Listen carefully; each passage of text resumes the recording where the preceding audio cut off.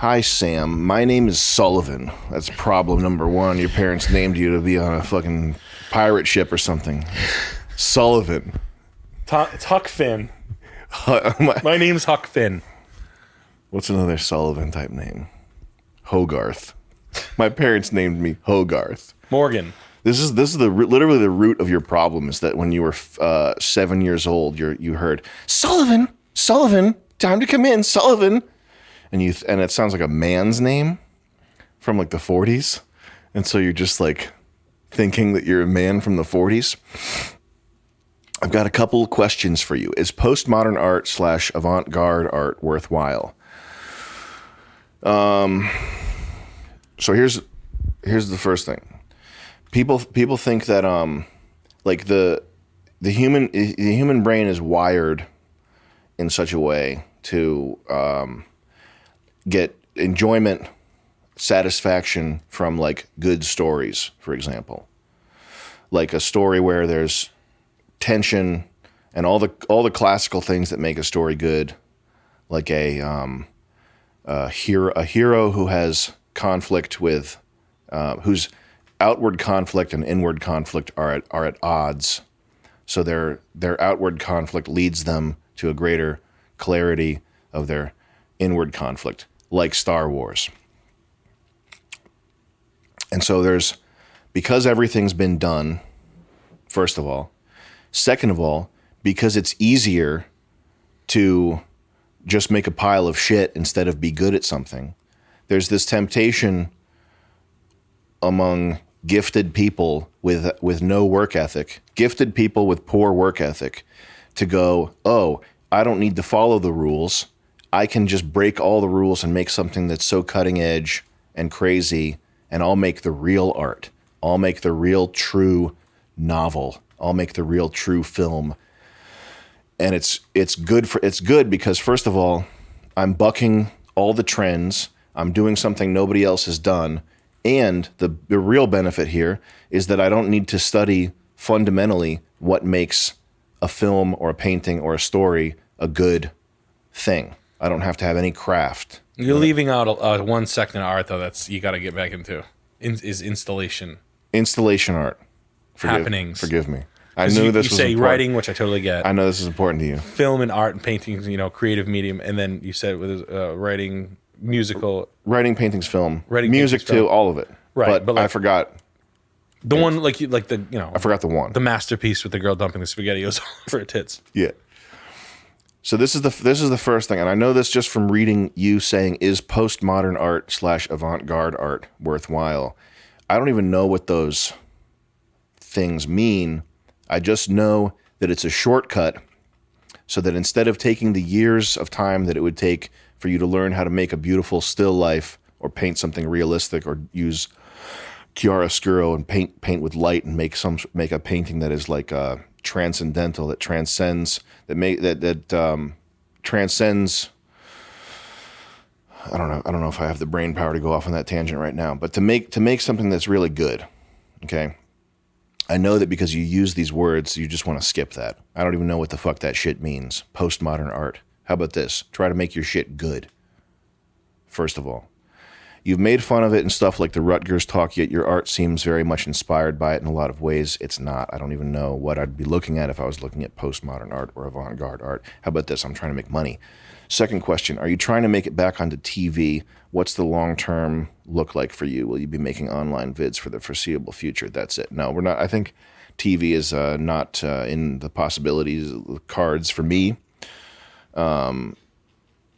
You should never say never.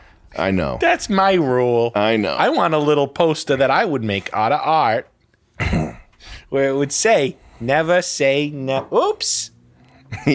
Never say never.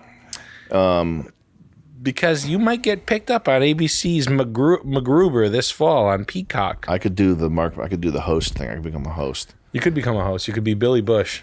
Cut out some of the filler, would you? No, don't have time. You're a big influence on my friends and me. Love your sense of humor. We still show moms. Excited for Joyride too. All right. Well, thank you for writing in. This is and I'm not trying to bust the balls of whoever wrote in here, but this is like a very big problem with. This is a very huge problem. This can't be overstated. People who are making, everybody's trying to do something creative, and that's fine. I mean, what else are you going to do? You're going to get a real job? You're going to work at a AutoZone or something? Like, I don't think so. That's like hell. So you have to be on Instagram. You have to be swagged out. You have to be building your following and your fan base and all that stuff. You have to do that. You have to make music. You have to make your films. You have to get repped by Gagosian. You got to do something. You got to do something to avoid getting a real job. But the problem is just that the roadmap. The roadmap is there, and people are always thinking that they can reinvent the roadmap, and that idea is reinforced by the fact that reinventing the roadmap is easier when you have no rules, when you get to break all the rules, and you get to have a creative playpen where you can just make garbage, and somehow in your mind you rationalize it and make it like this garbage is actually good. Oh, I like what's going on there. I like the glare on that. I like that this piece is doing this. Hey, this is a successful piece now. And it's successful because you're doing a bunch of mental gymnastics to go around the fact that you don't know how to set type on a page, or how to, you literally don't know what kerning is, or you don't know how to compose, like very simple stuff like composing basic shapes in a pleasing way in a like 4x3 rectangle or whatever. Like you just don't have no understanding. You don't even know what proportion is. Like you don't know why it would be important, and you're making some fucking gobbledygook. And it's the same with music. Do you have any thoughts on this? On other people, on the way people go about the creative process?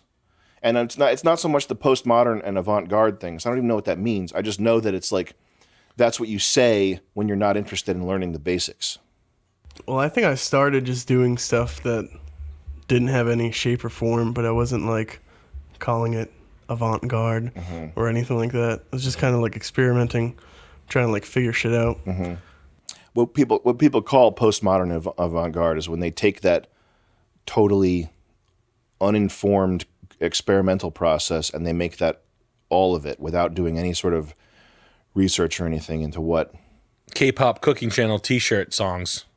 Yes. I think if they have no, like, if there's no skill, I mean, I think even with postmodern art, there has to be some kind of like skill to it. Well, that's the second thing is that you cannot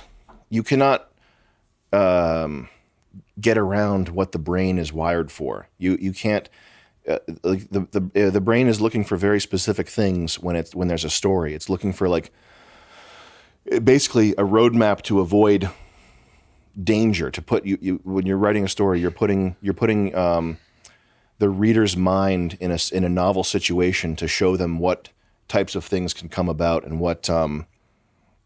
Anyway, you can't write like red, chrome, door, book, white, office, zephyr, cloud. Like you can't write a bunch of fucking nonsense and have it mean something. It just doesn't. It's like the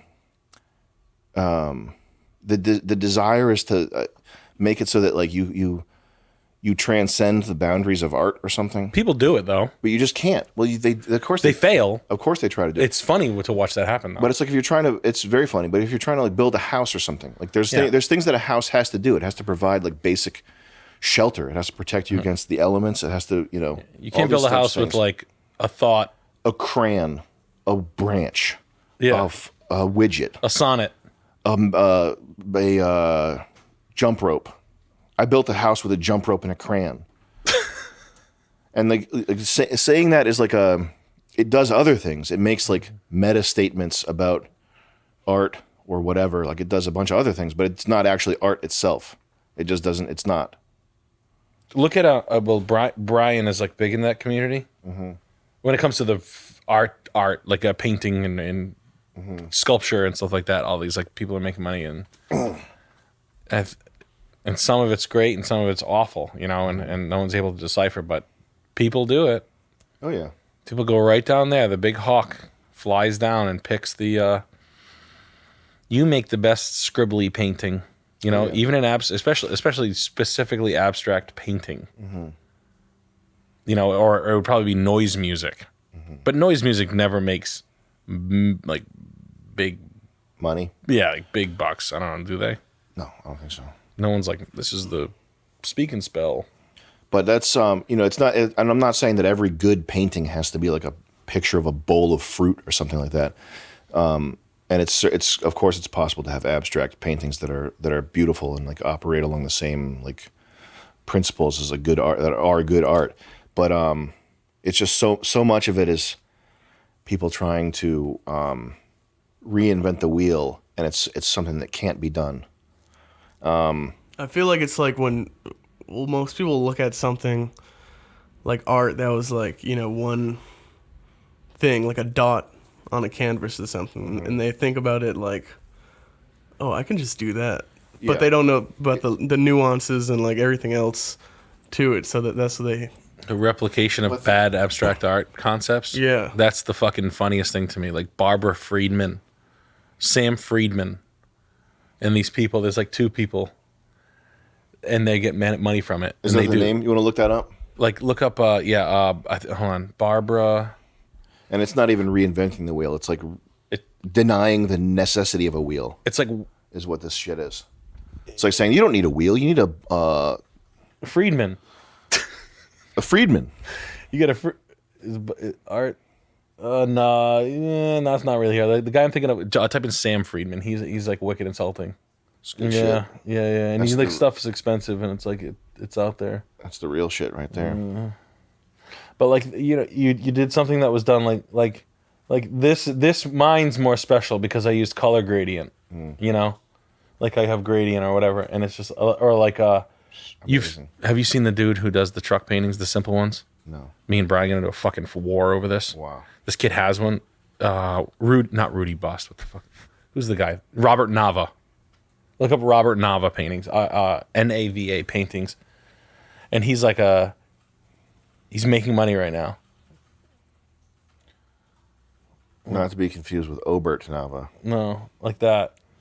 Damn. Those are like 100,000. Like Basquiat. Yeah. He does the ones with the truck. I could have got a ghost truck like that. But it's fucking brutal. It's like it's good shit. Yeah, it's the best stuff out. Kind of sick. It is kinda kind of like good. that. I know, I do. I'm not gonna lie, actually. Like it's so ridiculous. And I it's changed huge. my mind. Yeah, I'm going to art school, but it's like people who are gonna replicate this. Mm-hmm. You know what I mean? They're just gonna totally like Gator chomp. You can break the rules, but you can't start off by denying that there are rules. How about just the fucking community that collects the shit is the Being worst people alive? Totally ignorant of the rules. Everybody I know who buys pieces from art. Literally, that's the bottom of the barrel. Yeah, well, they're all fucking pets. Let's go to PGL 10 document there. Let's see what we got. All right, let's scroll down. Creative mindset. Do you have any sort of methods you use to get into a more creative mindset? Maybe you induce a sensory overload / deprivation. I definitely do that. With porn. Perhaps you would exercise. I overload myself with porn, and I deprive myself of porn. And I guess my creative mindset stimulated. Perhaps you would exercise or read, or you have a favorite artist that you turn to get inspired. Tim and Eric. If you weren't in the ideal frame of mind to create, what would you normally do, if anything, to change that? Would you do something you find relaxing and wait for the ideas to just come to you, or lock yourself in a room and stare at a wall while forcing them to come? Maybe it's not even something you have to really think about, and you just do it regardless. What are your techniques? I don't think I'm creative anymore. I think I might be done. You force them to come. I force them to come in a room. I force everything to come. In a locked-in room. I'll force everybody in this whole fucking room to come. Oh, man. Come in my hand. Everybody. No, you probably have. I think my creative days are done. I don't have a creative bone in my body. That's not true. I do look at it as a blue collar thing. That's the most helpful thing. That's a Vincent Gallo thing. Is that he treats it like a blue collar, like he's fucking painting a fence. He says he claims, I don't know if this is true, but this is what he claims, I believe him, is that he makes a film the same way you paint a fence. You just get the work done. Yeah. And that's what I do.